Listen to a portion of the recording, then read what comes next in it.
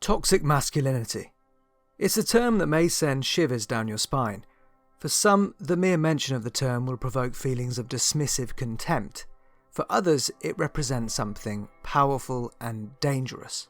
There are those who believe that the term is an attack on masculinity itself. See the recent Gillette commercial.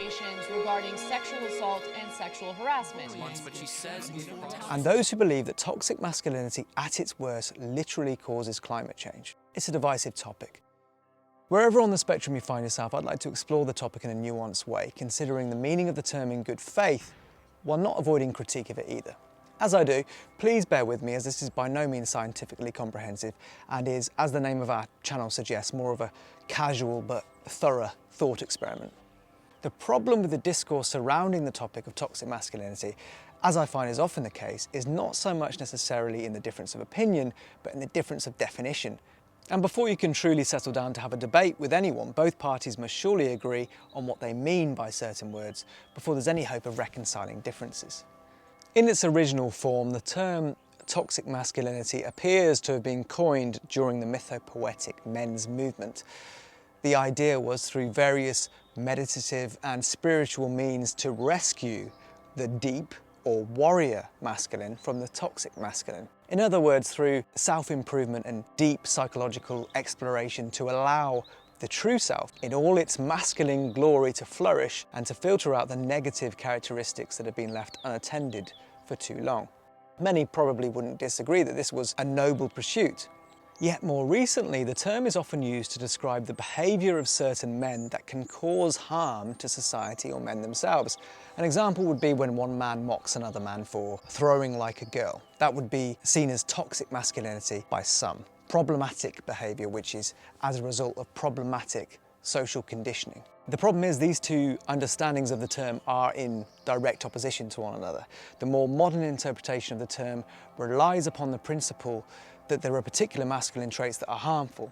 It may, for example, require that we agree with the presupposition that violence in and of itself is a masculine trait, or that social conditioning has a large part to play in the instances of the masculine behaviour. Which means in order to take this term at face value, you must already agree with a set of presuppositions that are not self-evident. As an example of how important semantic understanding of the term is, I'll explain my own personal evolution with regard to its meaning. 3 or so years ago, I walked out of the cinema moved by the storytelling and thematic profundity of Tom Ford's Nocturnal Animals. It's possible to watch this video without this context, but I am about to delve deeply into the plot of the film, so for those wishing to avoid spoilers, you should skip to. Now, the plot follows an art gallery owner, Susan, played by Amy Adams, as she reads the new novel written by her first husband, Edward, played by Jake Gyllenhaal. And she begins to see the similarities between the themes in the novel and that of their former relationship. As we learn more about Susan and Edward's previous relationship, we start to see for ourselves how the events that take place in Edward's novel are allegorical for how he truly felt. We see how Edward was constantly belittled by Susan, or more accurately, Susan's mother, and how in turn, Susan had expectations of Edward that were perhaps only ever due to the pressures her own mother put upon her. Susan's mother constantly made bitchy comments about Edward's masculinity and, as a poor, struggling writer, his inconsistent income. The events in the novel Edward wrote become increasingly disturbing as the male protagonist in the novel, Tony, is run off the road by 3 madmen and his wife and daughter are kidnapped and eventually brutally murdered. Throughout the novel, it's clear that Tony feels powerless and weak, completely unable to protect his family. It's not particularly clear whether Edward was aware of the allegorical nature of the novel or whether it all came out subconsciously in his writings, but it becomes clear that his relationship with Susan had left him feeling hopeless and emasculated. So these feelings of emasculation are common among young male artists in particular, of all kinds, and it wouldn't come as a surprise to hear that the film or book upon which it's based and its themes resonated particularly with this specific demographic. Now, as a creative myself, I empathised with Edward's plight, with his subconscious insecurities manifesting themselves in his art. As an actor in my early 20s, I struggled by doing low-budget short films and theatre. I didn't have much of what most men of my age had, but then my goals were different anyway. For these reasons, Nocturnal Animals meant something to me. It affected me. It gave me something to think about. I thought about the film for weeks, and it reinforced my vague interpretation of toxic masculinity, the idea that a man must be everything society tells us and nothing less. As crazy as it might seem to some, many do feel utterly helpless in life. They don't believe that things are in their own hands. They feel that the odds are insurmountably stacked against them. And perhaps they are. But more importantly, they believe that nothing they ever do will change that. When you believe that society is to blame for everything, and in this case the expectations it has of you as a man, it's only natural that it would leave you feeling hopeless. It doesn't occur to you that there are actions you can take to affect things, because why should you change when it's society that's to blame? This may be compounded by the concept of privilege that young boys are fed. Privilege implies a sense of entitlement, and in reality often translates to boys not being provided with many of the tools for how to overcome obstacles. I mean, they don't need the tools after all, because society apparently automatically benefits them. And so the feelings of hopelessness escalate. Why am I so pathetic? They ask themselves when everything should be easily achievable for them, according to society at least. The counter-argument to this would be that such effects on men aren't observable, at least in the collective sense, because, well, I suppose when taken as a whole, men still rule the world. The most powerful people are men. These men are sometimes overconfident, misogynistic, and even cruel. They often possess the very traits that exemplify what people mean by the term toxic masculinity. Why would that be the case if so many men feel helpless?